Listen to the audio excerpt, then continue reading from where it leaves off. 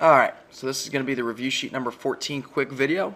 More and more people have been watching these lately, so I think they're a good thing. Okay, the first one here, obviously you need work. Okay, anytime I ask you to find the product sum and difference in quotient, you absolutely have to show your work, as it says there. Okay, sum, difference, product, and quotient. If you have problems knowing which of those is which, you could always Google them or whatever, but you should know those. Remember, when you're adding decimals, we have to line up the decimals. So these two, you will line up your decimals for difference and sum. For product, remember, that's multiplication. We always took the decimal out. So you do 123 times 6. For quotient, remember, there's something going on with your divisor. So the problem we're trying to do is 12.3 divided by 0.6. There should be an immediate thing that jumps out at you, and hopefully you'll remember that is that the decimal, you can't have a decimal in the divisor. Then remember, whatever you do to the divisor, you must do to the dividend. Okay? Please check with a calculator here, but your work must match. So it's not like you can just type it in your calculator and say, oh, I got something different, so I'm just going to write down the calculator answer. Your work must match. This one here, I absolutely need work. It says show two different methods. That's what we're working on in this chapter. So we just covered it in chapter 4. So your chapter 4 notes will have that information there. Number 3, don't forget to write PEMDAS. Okay. Don't forget to write PEMDAS at the top, and then obviously you need to solve using PEMDAS, order of operations. So nothing new about that. We've been doing it. This one, just go ahead and make note of the words in here. The same time, next. Maybe you see the word future in there, even though it's not there. We always use that word to help us. Okay, you absolutely need work there. You should know what work I require there. This one, read carefully. Okay, write the ratio in simplest form. Make sure you have it in simplest form. That compares. This is what I'm looking for. So I'm looking for the ratio that compares the number of bills to the total number of pieces of money. So what I'm looking for is I'm looking at a ratio that looks like this: number of bills to total pieces. Okay, and obviously it needs to be simplified. Okay, turning these into impropers. Just remember, we go around the barn. Remember, we go like this. Okay, so you multiply the number of pieces by the whole. So 3 times 3 is 9. Then you add on your pieces. That one there would be 11 thirds. Okay. These ones, you may have to use your agenda or the internet. Okay. If you don't know how many yards and inches there are, or how many inches in a yard, you may have to search that or Google that, or it's also in your agenda book back by the multiplication table, and then from there you can figure it out how you want to do it. Now I'll show you how to do this one here, the first one. Now, this is how we do it. We do everything with proportions, as you're going to see. Now, we always called this first ratio right here the fake ratio. Okay, we call that the fake ratio, and this is what I call the fake ratio. And for these types of questions, for conversions, I call that like how many of this are in this. You know, like the fact that there are 12 inches in 1 foot, or that there are you know, whatever your conversion is, you know it. So I always put that. So I know, after I looked it up in my agenda, that there are 36 inches in 1 yard. Then this one over here is going to be my real ratio. I'm either going to be given an actual number of yards or inches, and I'm given a number of yards. So I'm going to put 6 there. So this is the same thing as what we've done before, only the fake ratio isn't this. It's like whatever the conversion is. Like I said, how many grams are in a kilogram, or how many quarts are in 1 gallon, or whatever, how many inches in a foot. So now you just look at it and say, well, what am I doing to my number of yards? Times 6. So what do I have to do to my number of inches? Times 6. So then you would do 36 times 6, and that would be your number of inches. Proportions are the way we're going to do these in chapter 5. Okay.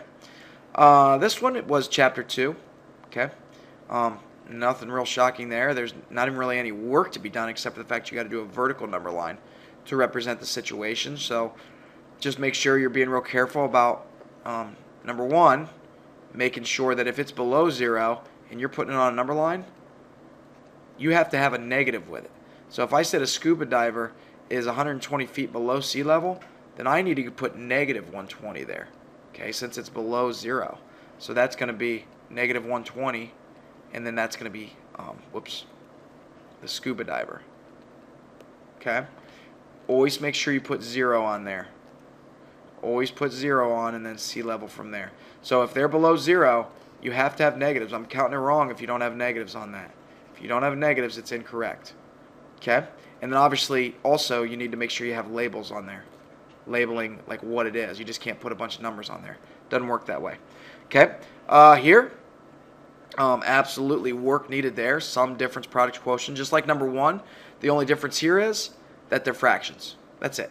So there's plenty of room on the back. You're all good to use that. Sum and difference, just keep in mind that you must find a common denominator, and then you must do whatever you did to the denominator. You must do that same thing to the numerator. Product is probably the easiest one of all of them because you just do top times top, bottom times bottom. And then quotient, you all know that algorithm. Division is just multiplication by the divisor's reciprocal. Okay? This question's been kind of confusing, everybody, so I want to just take a moment to do it. What we meant on this is we're saying simplify each expression using the order of operations. So what I meant by that is I have A here, okay, and I have this expression. I mean, if you were using the order of operations, you would write PEMDAS. Okay, so you do parentheses first, 5, and then you would say, okay, well, what's 6 times 5? 30. So by using PEMDAS, you got 30 as your answer. Now on B, you're going to use the distributive property. So here I'll write B down here. So then I'm going to do the same thing. 6 parenthesis 3 plus 2. I'm going to distribute it. What is 6 times 3? 18. What is 6 times 2? 12. 30. So when I distributed it, I got 18 plus 12 equaling 30. So are they the same? Yeah. So that's all I'm looking for there. But you must have this work here. Must have the work showing me how you did it. If you did it up in the box, that's okay. But I did that one for you, so now you need to do this one the same way. Okay? First one is using PEMDAS. Second one actually doing distributive. They should give you the same. Absolutely should. Okay, let's go to the next page. Okay. This one here, it's giving you the school has 8 science classes, and it gives you the range. You just got to know what the range is. And I've said the range on pretty much every review sheet all year long. So 13 review sheets, you've probably done range on all of them. Okay? So if you're not sure, look back to those review sheets. That should help you. This one, this is just like this question right here, the conversions. Okay?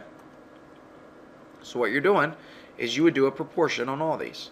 And you would say, okay, I know that there are, in 1 minute, there are 60 seconds. So you know it's going to be minutes to seconds. And then you can do this 2 ways. You could just say, well, I'm just going to take 7. And then I'm going to multiply by 7, multiply by 7. You could do it that way.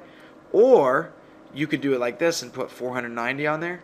And then you could use the 3 methods to check for equivalency. So cross products. You could simplify them. You could divide them to figure out for true and false. But I need work on all these. Proving. I keep using that word. You need to prove to me why it's true or why it's false. Okay? These, you have to tell me. Now, make sure you notice that there's more than one answer, or there can be more than one answer. I'm not going to say there is. You have to figure out, when you take eggs, when you take 8 and plug it in for x, you have to tell me if that's going to make that true or not. If x is a solution. So 4 times 8 is not 24, so A would be eliminated. Okay? So you have to select all that apply there. Okay? And then finally here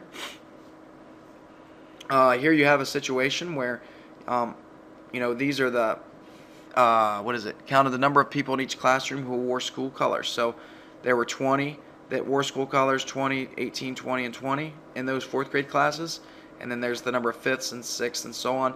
One thing I would do is I would go ahead and list them least to greatest.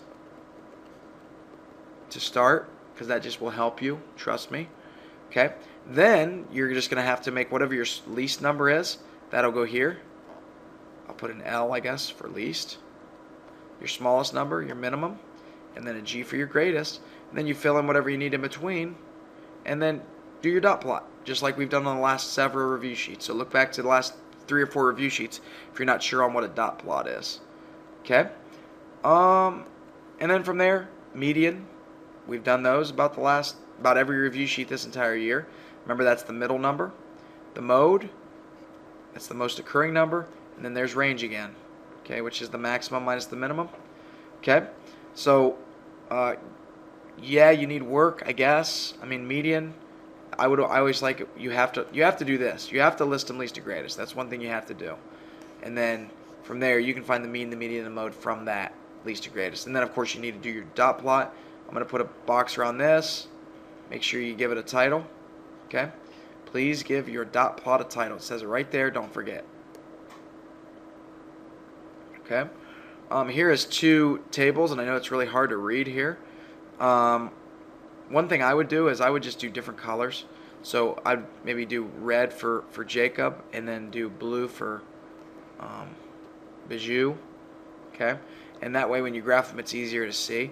But you can see here that for every 2 minutes in the pool, Jacob can swim 2 laps. So his are going to be pretty easy, right? He obviously takes, if we did the unit rate here, 2 minutes for 2 laps, we know that for every 1 lap, it's taking him 1 minute per lap, right? So if you wrote those on here, so that means 2 to 2, 3 to 3, 4 to 4, 5 to 5, and you can pick different numbers, doesn't matter, whatever you want to do, but it's got to be the same. You just have to go up by the same amount every time, okay? So then you'll have to do that same thing for Bijou. Just be careful. His ratio is a little different. He's 2 minutes. It takes him 2 minutes to finish 3 laps. So he's doing an extra lap more than Jacob is in that time. Once you get done, you can't really see it here, but this is supposed to be your X value. This is your Y, which means your ordered pair for this one would be 2, 2. So then you would plot 2, 2. And then 3, 3, and then 4, 4, 5, 5, and then you connect them with a line. That's why I said if you do it in different colors, you'll be able to see where it's at, if you can. If you can't do it, that's okay. For this guy, it would be 2 to 3, so that means your ordered pair would be 2 to 3, so you're just plotting 2 to 3. And then you got to fill in the rest of it, okay? And that is it. So hopefully this helped. See you guys.